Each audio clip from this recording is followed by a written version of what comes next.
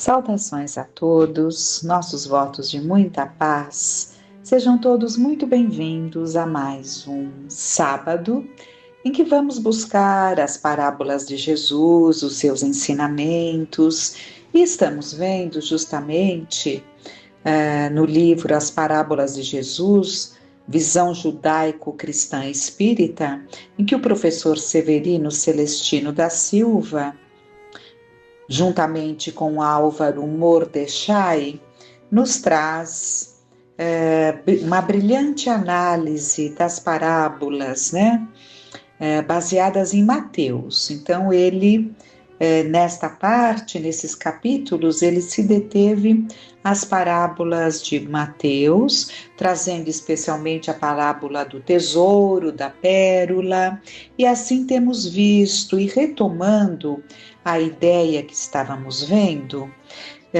ele havia colocado.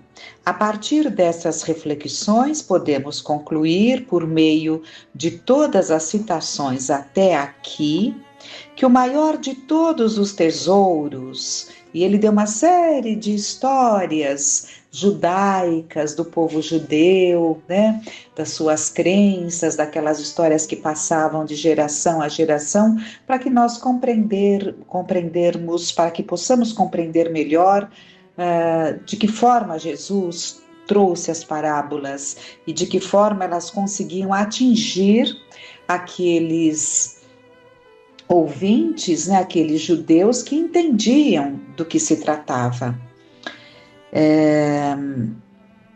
Então, a partir dessas reflexões, podemos concluir, por meio de todas as citações até aqui, que o maior de todos os tesouros encontra-se no plano espiritual. São aqueles que são conquistas eternas do espírito, como o conhecimento e a moralidade que são os maiores deles. Vamos a dar até uma parada. O conhecimento e a moralidade, como nós somos levados a buscar a compreensão de que temos que exercitar as nossas duas asas, como chama Emmanuel, a asa do amor e a asa da sabedoria. Então é a asa da conquista dos valores morais e a asa do conhecimento. Elas precisam caminhar em equilíbrio, para que possam alçar voos mais altos, equilibrados. Então, o conhecimento é importante. Nós não podemos nos acomodar. É importante que desenvolvamos o conhecimento, porque o conhecimento nos ajuda a compreender melhor tudo o que se passa, as leis divinas que nos regem, porque sem uma percepção, sem um entendimento, sem um intelecto desenvolvido, fica muito mais difícil.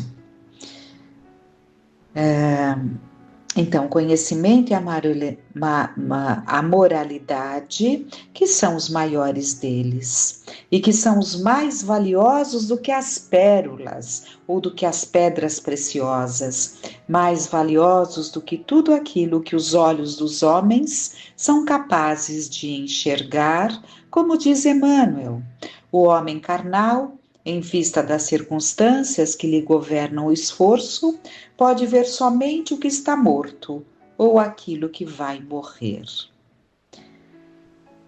Essa colocação é do livro Caminho, Verdade e Vida, de Emmanuel. O reino de Deus, porém, divino e imortal, escapa naturalmente à visão dos humanos. Desta forma, encontramos, enfim, a pergunta que é feita pelo mancebo rico ao encontrar-se com Jesus. O que eu devo fazer para conseguir alcançar uma posição futura segura no mundo vindouro? Como eu adentro no mundo vindouro? E Jesus então lhe responde: segue os mandamentos. Esses mandamentos, no entanto, eram aqueles que ele já conhecia. Não matarás, não adulterarás, não darás falso testemunho, honre seu pai e sua mãe, e amarás a teu próximo como a ti mesmo. E já cumpria, né? O moço diz, já cumpre os mandamentos, e já cumpria. Jesus, diante disso, responde, então, venda todos os seus bens, distribua aos pobres, e você terá o tesouro dos céus. É claro que Jesus não está nos ensinando aqui a doarmos tudo que temos, porque brevemente já estaríamos sendo também um peso para a sociedade, né? Ele pegou o ponto que daquele jovem, daquele moço, né? O tesouro que lhe apresentamos, portanto, pode ser alcançado por nós quando amamos ao próximo com todo o nosso coração, no sentido em que anulamos todas as nossas paixões humanas para obter uma conexão no nível mais puro ou divino, amando a Deus com toda a nossa alma, mesmo que custe a nossa própria alma e mesmo que tenhamos que entregar a nossa vida em sacrifício. Por fim, amando a Deus de todos os nossos muitos. Uma tradução de Becol Meodesha, com tudo que você possui. Essas são as nossas verdadeiras propriedades, todos os nossos pensamentos, as nossas falas, as nossas ações e os nossos bens materiais.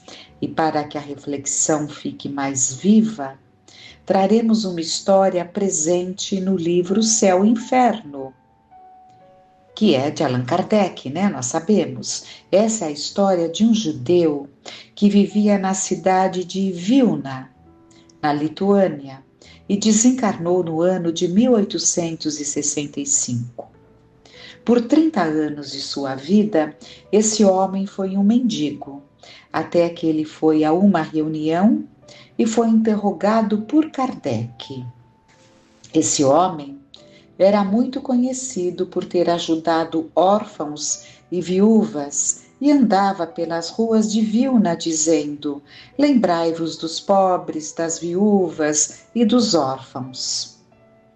Então, quando ele fala aqui que por 30 anos ele tinha sido um mendigo até que ele foi interrogado por Kardec, entendamos, né, que desencarnado ele se apresentou, né, lá na Sociedade Espírita de Paris e foi interrogado por Kardec, porque Kardec, na segunda metade do livro Céu e Inferno, ele coloca os depoimentos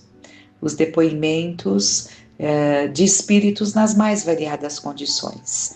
E esse mendigo judeu foi um deles que Kardec seleciona para compor o livro.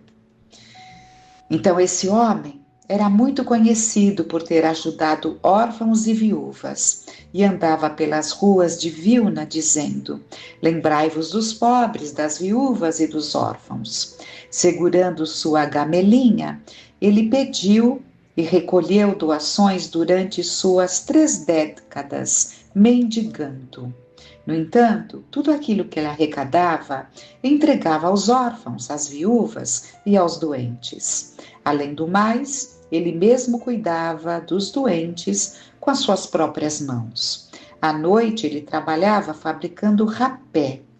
Rapé é um tabaco especificamente preparado para se cheirar. Então, ele trabalhava fabricando rapé, que é muito comum nas sinagogas, principalmente na Europa. Para que ele experimentasse tal situação nesta encarnação, o homem explicou que há mais ou menos 350 anos ele havia sido uma espécie de rei ou príncipe e tinha cometido muitos abusos. Ele fora tirano, carrasco, imperioso, violento, avarento e sensual, além de ter criado um imposto para taxar os mendigos. Ele havia proibido que as pessoas fizessem doações de dinheiro a seus parentes, pois assim eles seriam obrigados a recorrer à mendicância e, consequentemente, eram taxados, situação que o tornava cada vez mais rico. Ao desencarnar, no entanto, ele encontrou imensa tristeza, dificuldade e profunda agonia, como aquela no fundo do peito mencionada anteriormente. Ele encontrou essa agonia e passou 350 anos na erraticidade, quer dizer, no plano espiritual, aguardando a volta a um novo corpo. Vejam que interessante. Normalmente, o retorno se dá em menos tempo. Numa média de uma geração, digamos, 70 anos, né? O tempo de compor novamente um novo núcleo familiar, o tempo de adquirir experiências no plano espiritual e retornar para um novo corpo de carne. Há aqueles que retornam mais rápido, inclusive na mesma família, quantas vezes, né? Especialmente aqueles que desencarnam jovens, é comum voltarem no mesmo núcleo, pegando ainda, né? Aquele que de repente foi pai como um avô, aquela que foi mãe como uma avó, isso acontece, né? Mas de modo geral fica-se uns bons anos do lado de lá, tipo uma geração. 60, 70 anos é muito comum ficar-se, né? Mas há aqueles que ficam mais. E este ficou 350 anos na erraticidade, até o momento em que sua consciência, e por que ficam mais? Alguns porque são missionários e encarnam de quando em quando necessário. Outros por serem muito endurecidos, demorarem para despertar e a encarnação não teriam proveito. Então, é como ele está dizendo, só depois de 350 anos é que a sua consciência finalmente despertou e possibilitou sua encarnação sob outra condição. Nessa outra condição, ele serviria a Deus em todos os seus momentos e de todo o seu coração, ainda que lhe custasse o sacrifício de sua vida. Deste modo, ele reencarnou e tornou-se órfão muito jovem. Recorrendo a esse trabalho de mendigar durante o dia, enquanto à noite ele trabalhava para se sustentar em sua vida, mesmo o pouco que sobrava da venda do rapé, ele também doava para os pobres. Então o arrependimento dele foi muito sincero, não foi apenas aquele arrependimento consciencial, no plano espiritual, quando estamos em contato com o nosso passado e vamos nos arrepender muito. Chegando aqui, podemos ir logo esquecendo tudo que foi tão importante e que nos auxiliou a programarmos a nossa reencarnação presente. No entanto, ele não. Ele, embora tenha sido essa pessoa tão fria, após esses anos, ele desperta verdadeiramente, né? Então, ele vendia o rapé, ele fabricava ali, preparava o rapé e vendia. Dizem que quando ele desencarnou no ano de 1865, a população da cidade de Vilna se reuniu para acompanhar o enterro do cadáver deste homem, pois ele fora um grande missionário que marcou a vida de todos. Ele ainda diz que, embora tivesse nascido pobre e vivido como um órfão sozinho, sem amor e sem afeição, ele levava uma ideia viva. Então, ele trouxe muito forte dentro dele: não façais para os outros aquilo que não gostaria que fosse feito a você. Mais do que isso, no entanto, ele ainda disse: ao invés de apenas não fazer para os outros o que eu não gostaria que fosse feito para mim, eu vou fazer aos outros o que eu gostaria que fosse feito para mim se eu estivesse na situação deles. Então vejam qual foi o parâmetro ali que norteou os seus passos nessa encarnação. Ele conta que ao desencarnar em 1865, ele encontrou a felicidade plena. Ele a encontrou não por ter desprezado a matéria, mas por tê-la utilizado com sabedoria, entendimento, com consciência e como o propósito de sua vida no mundo material. Aqui é muito importante essa colocação que ele está fazendo, muito, muito importante, porque às vezes nós entendemos que desprendimento é tratarmos a vida material com indiferença. Então, não nos apegamos a nada, não as coisas que estão no nosso entorno materiais não trazem um significado para nós, né? Então é preciso ponderar qual o nosso estágio evolutivo. O que significa esse desprendimento tão completo a ponto de nada ter um sentido para você? Pode ser, sim, que você viva já num patamar tão elevado que as coisas materiais são apenas úteis na medida em que elas te servem, né? Mas pode ser também que seja um descaso, uma ingratidão pelas coisas, né? Pelas oportunidades de ter alguma coisa, né? Porque as coisas materiais, elas compõem as nossas vidas, né? Elas tornam ali um lar mais confortável, mais preparado, né? Imaginem se em nome do desprendimento nós simplesmente tivéssemos ali o teto e por sermos desprendidos, para que termos um móvel aonde para nos alimentarmos em torno de uma mesa se podemos nos sentar em almofadas? Entendem? Então nós temos que ver o que é desprendimento e o que é relaxo, o que é desleixo, o que é indiferença, o que é falta de amor para poder trazer para a família aquele bem-estar. Tudo, evidentemente, na dose certa. Mesmo as famílias abastadas, é preciso que elas saibam dosar, porque o excesso de conforto pode desvirtuar um caráter, né? Então é preciso que, mesmo com muitas facilidades financeiras, tenhamos ali um regramento nesse sentido, para que não criemos tantas necessidades supérfluas, que já somos número 1 em criar, né?